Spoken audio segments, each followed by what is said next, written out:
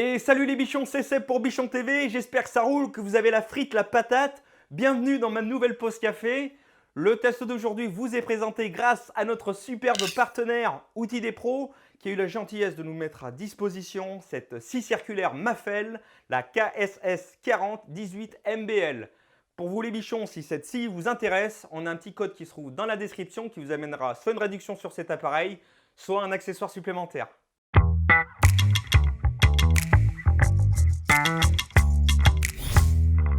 Mafel est un fabricant allemand qui a vu le jour en 1899, ça date pas d'hier.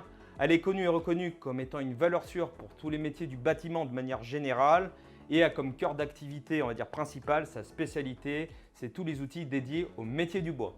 Cette scie circulaire sur batterie sera pour nous idéale pour les menuisiers, les agenceurs, les parquettistes, les maçons, les charpentiers pour couper de la petite section, mais également des couvreurs qui se retrouvent généralement dans des positions un petit peu délicates pour travailler et je pense qu'ils vont se régaler avec ce genre de machine. Elle a été spécialement conçue pour faire des coupes de mise à longueur dans des panneaux de bois de toutes sortes, pouvant aller de 0 à 40 mm pour les coupes à 0 degré et jusqu'à 27 mm pour les coupes biaisées à 45 degrés. T'as vu comment je fais bien l'inclinaison? Pour cela, elle dispose d'une règle de mise à longueur montée directement sur la machine. Alors ça, c'est une invention Mafel.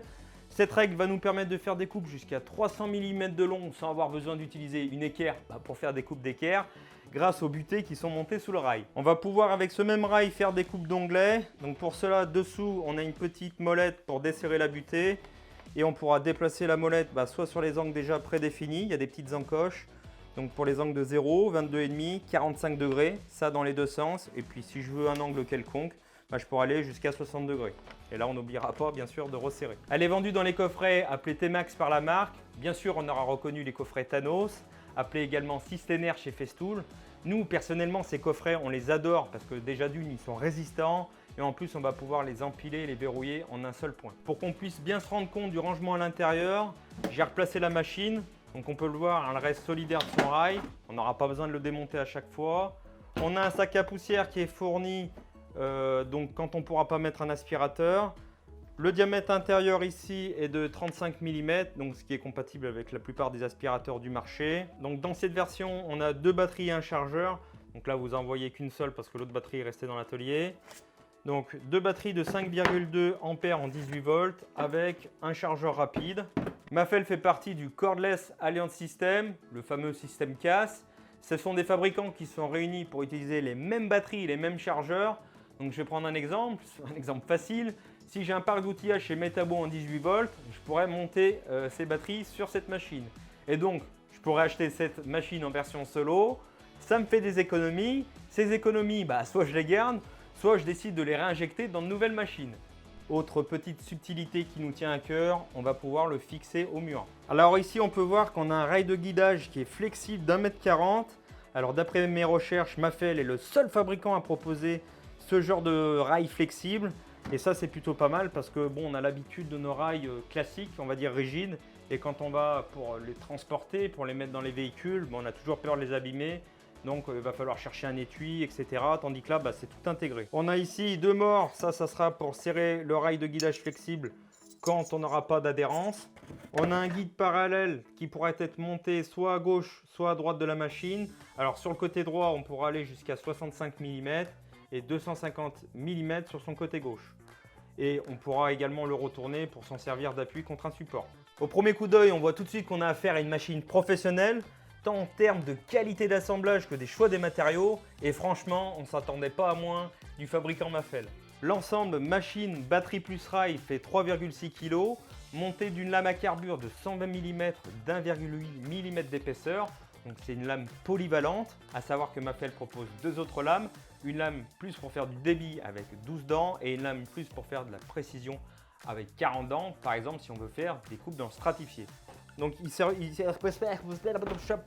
allez, maintenant on rentre un peu plus dans les caractéristiques de la machine, les petits détails, les petites subtilités qui font la différence.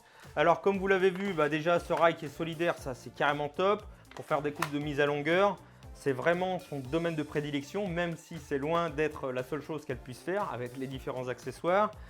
Donc comme on le voit ici, il y a un élastique qui ramène la machine en position initiale pour la prochaine coupe.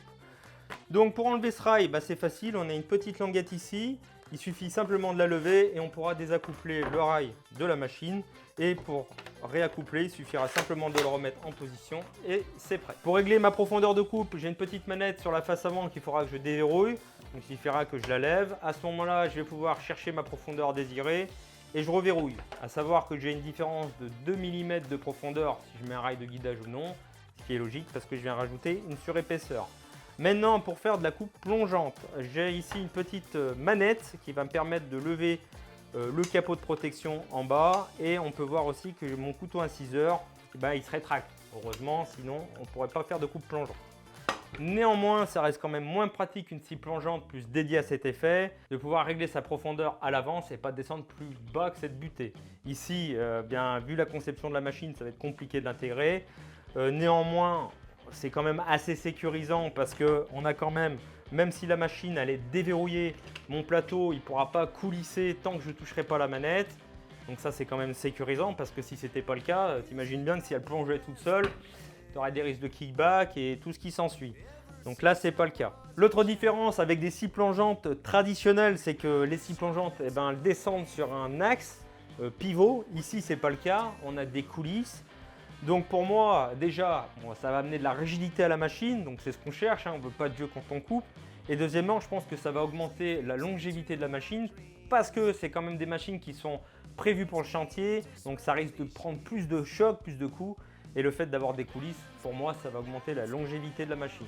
Pour effectuer des coupes de biais, alors ici on a 2 molettes de chaque côté, il suffit de les desserrer. Alors là, c'est classique. Je viens chercher l'angle désiré, ici j'ai une graduation et j'ai plus qu'à resserrer les 2 vis. Allez, dernière petite explication avant de passer au test, parce que c'est quand même important. On est sur un moteur brushless, d'où l'indication BL. Alors je ne sais pas s'il est encore d'actualité de les présenter parce qu'on voit partout de plus en plus et les moteurs à charbon disparaissent petit à petit. Des moteurs plus puissants, plus performants, plus compacts, moins énergivores et avec une durée de longévité accrue.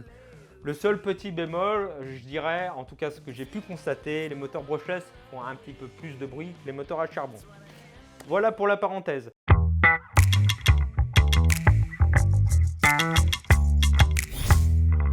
Donc pour le test, on a un bout de litho, un bout de bardage, 2 lames de volet, un bout de bandeau et une lame de terrasse Itoba. Voilà, donc ce qu'on va faire, on va faire des coupes à la volée et ce qu'on fera dans le bandeau, on prendra le rail flexible, le fameux rail flexible, on va venir déligner et après on essaiera de faire une coupe plongeante avec ce même rail et on viendra par exemple retirer l'épaisseur de la lame.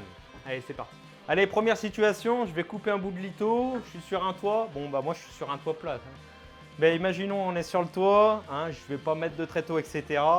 J'ai justement la machine qui va bien pour faire ça. On va faire de la mise à longueur dans un premier temps, puis on coupera un petit peu à la suite pour voir comment ça réagit. Allez, c'est parti.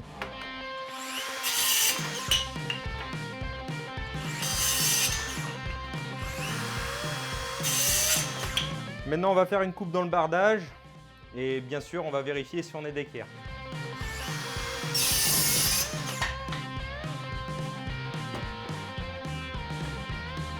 Eh ben c'est nickel. Allez, on va essayer différents angles. Je sais pas, bon allez, 22,5. Je desserre la molette ici. Je vais jusqu'à 22,5 au cran et j'ai plus qu'à resserrer.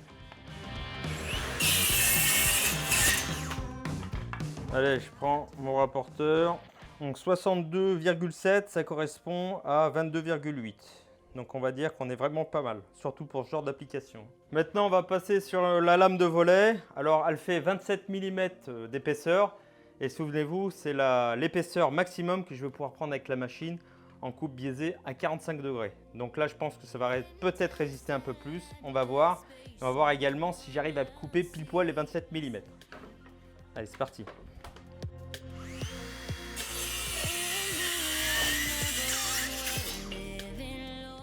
Et ben voilà, c'est fait. On va venir vérifier cette coupe.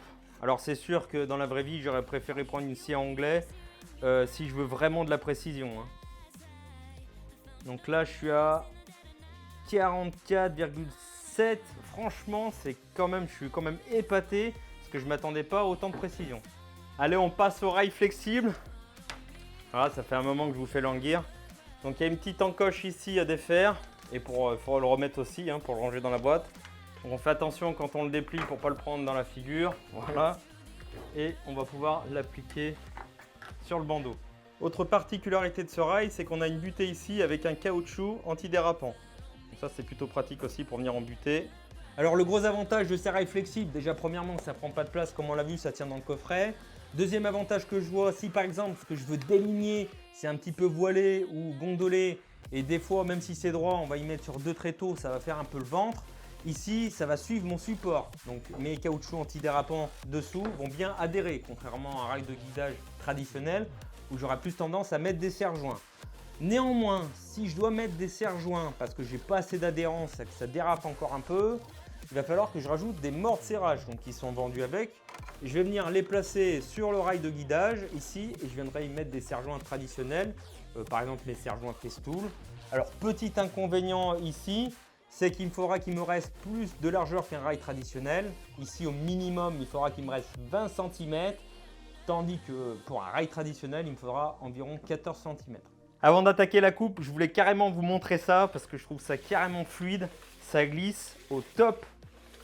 Ah, c'est génial.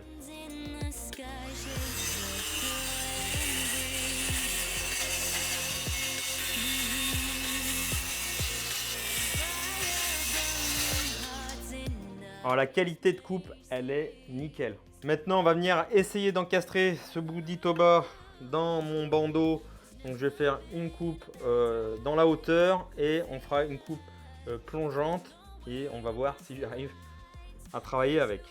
J'ai remis le petit rail et je vais venir couper ici et ici. Donc j'ai relevé à peu près 30 mm. Je l'ai réglé sur 30. Comme ça, hop, je remets mes butées en place.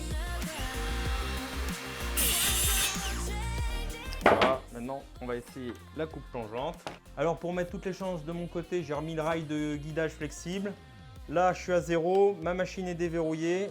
Je lève le carter de protection, je me place dans le guide. Voilà. Et bien après, il n'y a plus qu'à plonger. Allez, c'est parti.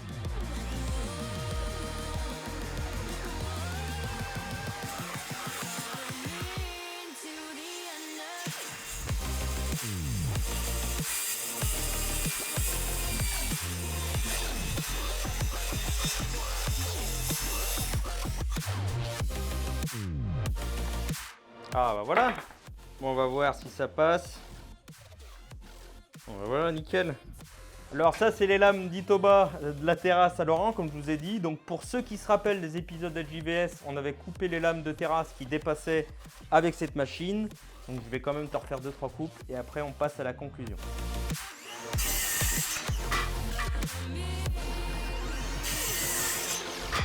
Et bien sans surprise, on est chez Mafell. On a une petite scie circulaire qui manque pas de puissance, autonome grâce à ses batteries, extrêmement polyvalente grâce à tous les accessoires qui tiennent uniquement dans le coffret. Donc avec ce rail de mise à longueur, le rail flexible de 140, nous on adore. Franchement, on le trouve extrêmement qualitatif. Le guide parallèle, donc on a une multitude d'applications pour faire, comme on l'a vu, soit de l'arasement contre un mur, on a besoin de recouper son parquet pour faire ses joints de dilatation. Si j'ai besoin de déligner une porte avec, je vais pouvoir le faire. Si j'ai besoin de couper un plan de travail, bon pareil, il ne faudra pas que ça soit un plan de travail massif de 140 en chaîne, etc. C'est pas le genre de machine que je vais conseiller. Mais pour des petits plans de travail mélaminés, une porte d'intérieur, ça sera parfait.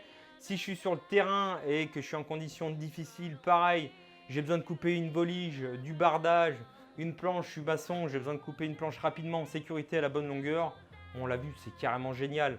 Mais non, c'est sûr que ce n'est pas fait pour faire de l'ébénisterie. Si j'avais besoin d'une précision extrême, je prendrais une scie à onglet, je me mettrais dans d'autres conditions. Mais là, pour moi, on est dans des conditions de terrain de chantier idéales. Par contre, celle-ci, elle est plus polyvalente, je trouve, et elle ira dans plus de domaines d'application. Par contre, c'est sûr qu'elle a des limites.